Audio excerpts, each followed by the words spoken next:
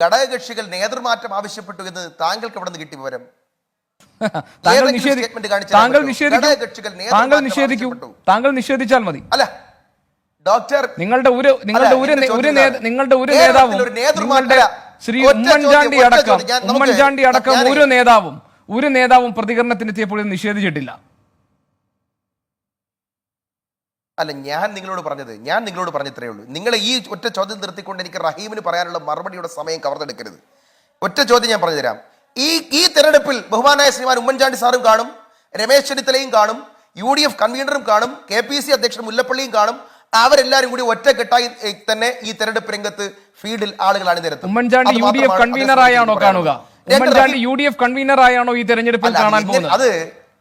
അത് നിങ്ങളൊരു കാര്യം മനസ്സിലാക്കൂ. ബഹുമാനായ ശ്രീമാൻ ഉമ്മൻചാണ്ടി സാറിനെ സംബന്ധിച്ചിടത്തോളം എത്രയോ കൊല്ലം ഒരു അധികാര സ്ഥാനം ഇല്ലാതിരുന്നിട്ടും കോൺഗ്രസിന്റെ ഏറ്റവും കൂടുതൽ ഡിസിഷൻ മേക്കറായിട്ട് പ്രവർത്തിച്ച നേതാവാണ് ശ്രീമാൻ ഉമ്മൻചാണ്ടി. അദ്ദേഹത്തിന് പ്രത്യേകിച്ച് പരിവേഷത്തിന്റെ ആവശ്യമില്ല.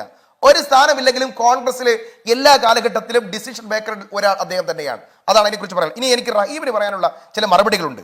റഹീം പറയുക, ഞങ്ങൾ പ്രകടന പത്രികയിൽ 600 കാര്യങ്ങൾ ഞങ്ങൾ ചെയ്തില്ലേ?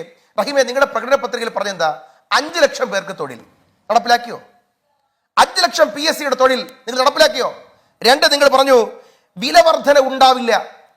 മാവേലി സ്റ്റോറിലെ ഏതോ 10-11 ഐറ്റം ഒഴികെ കേരളത്തിലെ മുഴുവൻ വിലവര പട്ടിക DYFIയോട് നാളെ DYFIയുടെ വിലവര പട്ടിക ഒന്ന് പ്രദർശിപ്പിക്കാൻ നിങ്ങൾ തയ്യാറാകണം. വിലക്കയറ്റം. 3, നിങ്ങൾ സ്മാർട്ട് സിറ്റി ഞങ്ങൾ തുടങ്ങി വെച്ച സഖാവ് VSന്റെ കാലഘട്ടത്തിൽ തുടങ്ങി ഞങ്ങൾ പ്രാരംഭ ദശയിൽ മുന്നോട്ട് പോയ സ്മാർട്ട് സിറ്റി ഉൾപ്പെടെയുള്ള വികസന പ്രവർത്തനങ്ങൾ, വിഴിഞ്ഞ ഉൾപ്പെടെയുള്ള വികസന പ്രവർത്തനങ്ങൾ എവിടെ? കാരുണ്യം ഉൾപ്പെടെയുള്ള ഞങ്ങളുടെ ചികിത്സാ സഹായത്തിന്റെ വിഷയങ്ങൾ ഇപ്പൊ എവിടെ? പിന്നെ നിങ്ങൾ പറഞ്ഞെന്താ? രണ്ടാമത് വീണ്ടും നിങ്ങൾ പറഞ്ഞത് അയ്യോ കോൺഗ്രസിൽ തമ്മിലടിയല്ലേ. എന്റെ പൊന്ന് സഹോദര, ആലപ്പുഴ താങ്കൾക്കറിയാമല്ലോ, താങ്കൾ DYFയുടെ നേതാവല്ലേ. ആലപ്പുഴയിലെ മുനിസിപ്പൽ ചെയർമാനെ തീരുമാനിക്കാൻ വേണ്ടിയിട്ട് 3 ബ്രാഞ്ച് കമ്മിറ്റിയിലെ ആണും പെണ്ണും കൂടി തെരുവിലിറങ്ങിയിട്ട് അരിവാൾ ചുറ്റിക്ക് ആലേഖനം ചെയ്ത ചുമന്ന ചെങ്കൊടിയും പിടിച്ചുകൊണ്ട് ആലപ്പുഴ ടൗണിലൂടെ പ്രകടനം നടത്തുന്ന വീഡിയോ റഹീം കണ്ടിട്ടുണ്ടോ എന്ന് എനിക്കറിയില്ല. നിങ്ങൾക്കറിയോ, ഒരു കേഡർ പാർട്ടിയാണ് കോൺഗ്രസിൽ, അതൊന്നും വലിയ പുത്തിരിയുള്ള കാര്യമല്ല. പക്ഷേ ഒരു കേഡർ പാർട്ടിയുടെ നഗരസഭാ അധ്യക്ഷയെ തീരുമാനിക്കുന്നതിനെതിരായി അരിവാൾ ആലേഖനം ചെയ്ത പതാകയുമായി ജനങ്ങൾ, നിങ്ങളുടെ പാർട്ടി മെമ്പർമാർ തെരുവിലിറങ്ങിയിട്ട് അവസാനം പാർട്ടി കമ്മിറ്റികൾ പിരിച്ചുവിടേണ്ട സാഹചര്യം ഉണ്ടായത് നിങ്ങളെ ഞാൻ ഓർമ്മിപ്പിക്കുകയാണ്. നിങ്ങൾ വലിയ പോളിറ്റ് ബ്യൂറോയെ കുറിച്ചൊന്നും പറയേണ്ട, നിങ്ങളുടെ ഗ്രാമങ്ങളിൽ നടന്ന കാര്യമാണ് അത്. 3, നിങ്ങൾ പറഞ്ഞെന്താ? അയ്യോ നിങ്ങൾക്ക് ഞങ്ങൾ ഏതെങ്കിലും കാലഘട്ടത്തിൽ RSSുമായിട്ട് സന്ധി ചെയ്യുന്നവരാണോ? റഹീം അറിയേണ്ടത്, നിങ്ങൾ എല്ലാ കാലഘട്ടത്തിലും എന്നതല്ല, നിങ്ങളുടെ മുഖ്യമന്ത്രി സഖാബ് പിണറായി വിജയൻ ഒരു കാലഘട്ടത്തെ ഈ അടുത്ത കാലത്തായിട്ട് ഒട്ടും RSS എന്ന വാക്ക് ഉപയോഗിച്ചിട്ടില്ല, പ്രധാനമന്ത്രി എന്ന വാക്ക് ഉപയോഗിച്ചിട്ടില്ല, നരേന്ദ്രമോദി എന്ന് വാക്ക് ഉപയോഗിച്ചിട്ടില്ല. നരേന്ദ്രമോദി എന്ന് നിങ്ങൾക്ക് പറയാം, ഞങ്ങൾക്ക് ചിലപ്പോൾ വിഷമുണ്ടാവും. ഞങ്ങൾ പറയും നരേന്ദ്രമോദി നേതൃത്വം കൊടുക്കുന്ന ഗവൺമെന്റ്. കോൺഗ്രസിന് ഒരു ഉളുപ്പില്ല. കോൺഗ്രസ് പറയും നരേന്ദ്രമോദിക്കെതിരാണ് ഞങ്ങൾ, നരേന്ദ്രമോദിയുടെ രാഷ്ട്രീയത്തിനെതിരാണ് ഞങ്ങൾ പറയാൻ തന്റെ ഇടമുള്ളവരാണ്.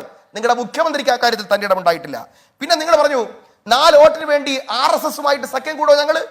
എന്റെ പൊന്ന് സഹോദര, നിങ്ങൾ DYF നേതാവല്ലേ. റാന്നിയിലെ നഗരസഭ അധ്യക്ഷ LDF എന്ന് പറഞ്ഞാൽ അരിവാൾ ആലേഖനം ചെയ്ത നിങ്ങളുടെ പാർട്ടി നേതൃത്വം കൊടുക്കുന്ന LDF, അവിടുത്തെ നിങ്ങളുടെ ചെയർപേഴ്സന്റെ പേര് പറഞ്ഞുതരാം, ശോഭ ചാർലി. RSSന്റെ നേതാവ് നിങ്ങൾക്കറിയോ, റാന്നി നിയോജക മണ്ഡലം പ്രസിഡന്റ് ഷൈജു ജി കുറുപ്പിന് 100 രൂപ പത്രത്തിൽ എഴുതി കൊടുത്തൊരു കരാറുണ്ട്. എന്തെന്നറിയോ? കേരള കോൺഗ്രസ് എമ്മിന്റെ പരിപാടിക്ക് മാത്രമേ പോകൂ, ബാക്കി സമയത്ത് മുഴുവൻ RSS. 100 രൂപ പത്രത്തിൽ, പണ്ടൊക്കെ നിങ്ങൾ വാക്കാലേ ഉണ്ടായിരുന്നുള്ളൂ, ഇപ്പൊ 100 രൂപ പത്രത്തിൽ LDFന്റെ റാന്നി നഗരസഭാ ചെയർപേഴ്സൺ എഴുതി കൊടുത്ത കരാർ കേരളത്തിന്റെ പൊതുമനസാക്ഷിയുടെ മുമ്പിലുണ്ട്. ഇത് ഒരെണ്ണമേ പുറത്തു വന്നിട്ടുള്ളൂ. ഇതുപോലത്തെ ഒരു 400 എണ്ണമെങ്കിലും നിങ്ങൾക്കെതിരായിട്ടുണ്ടാവും. ഇനി നിങ്ങൾ പറഞ്ഞെന്താ? നിങ്ങൾ പറഞ്ഞത് ഒരു മിനിറ്റ് പ്ലീസ്, താങ്കൾ ഈ റഹീമിന്റെ ചോദ്യം ഇവിടെ കിടക്കുകയും ഷഫീറിന്റെ ഉത്തരമില്ലാതെ ഈ ചർച്ച അവസാനിപ്പിക്കരുത് ബഹുമാനായ ശ്രീ ഗോപികൃഷ്ണൻ. പിന്നെ അദ്ദേഹം പറഞ്ഞെന്താ? 4 വോട്ടിന് വേണ്ടി ഞങ്ങൾ നിലപാട് മാറ്റുന്നവരല്ല. എന്റെ പൊന്ന് സഹോദര, 10 വോട്ടിന് വേണ്ടി നിങ്ങൾ അഴിമതിക്കാരനാക്കി, ബാറ് കള്ളക്കാരനാക്കി, നോട്ടടി വിഷയമുള്ള ആളാക്കി, വർഗീയവാദിയാക്കി നിങ്ങൾ നിയമസഭയ്ക്കകത്തിട്ട് കൈകാര്യം ചെയ്യാൻ പോയ ബഹുമാനായ ശ്രീമാൻ KM മാണി സാറിന്റെ പാർട്ടിയെ ഒരു ഉളുപ്പുമില്ലാതെ നിങ്ങൾ സ്വീകരിച്ചവരാണ്. R ബാലകൃഷ്ണപിള്ള എതിർത്തിട്ട് ഒരു ഉളുപ്പുമില്ലാതെ സ്വീകരിച്ചവരാണ്. ഞങ്ങളെ കൂടെ നിൽക്കുമ്പോൾ നിങ്ങൾക്ക് കള്ളനും കാവൽക്കാരനും, എന്നാൽ അവർ ഞങ്ങളെ കൂടെ വരുമ്പോ അവർക്ക് പരിശുദ്ധ മാമോദിസ മുക്കി അവരെ പുണ്യാളന്മാക്കുന്ന രാഷ്ട്രീയം കേരളം കാണുകയാണ്. ഇനി ഞാൻ നിങ്ങളുടെ 2 വാചകം കൂടെ പറഞ്ഞുകൊണ്ട് ഞാൻ ഗോപി അവസാനിക്കാം. ആലപ്പുഴയിലെ Thiruvallur UDF 382, BJP 415, LDF vote എത്രയാണെന്ന് അറിയോ റഹീമേ? 5-5. എവിടെ നിങ്ങളുടെ ബാക്കി വോട്ടുകൾ? 2, തലശ്ശേരി മാർക്സിസ്റ്റ് കമ്മ്യൂണിസ്റ്റ് പാർട്ടിയുടെ പാർട്ടി ഗ്രാമമാണ് Mambaram ward. UDF 382, LDF 5, BJP 415. നിങ്ങളുടെ പാർട്ടി സഹാക്കന്മാരുടെ വോട്ട് എവിടെ?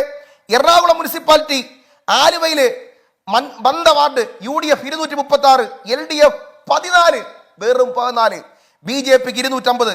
Kozhikode Ramanattukara UDF 482, CPM 24, BJP 158. Shefeer, ഇതെല്ലാം പറഞ്ഞുകൊണ്ടാണോ നിങ്ങൾ അടുത്ത നിയമസഭാ തെരഞ്ഞെടുപ്പിനെ നേരിടാൻ പോകുന്നത്? ഞാൻ ഈ ചർച്ചയിൽ അന്വേഷിക്കാൻ ശ്രമിച്ചത് UDF എങ്ങനെയാണ്. അല്ലല്ല, അതിന് റഹീം മറുപടി പറയട്ടെ. അതായത് UDFന്റെ സ്ട്രാറ്റജി എന്താണെന്ന് താങ്കൾ ഇതുവരെ പറഞ്ഞില്ല. ഞങ്ങൾ പറഞ്ഞുതരാം. ഞങ്ങൾ ഇപ്രാവശ്യം ഒരു തീരുമാനം എടുത്തിട്ടുണ്ട്.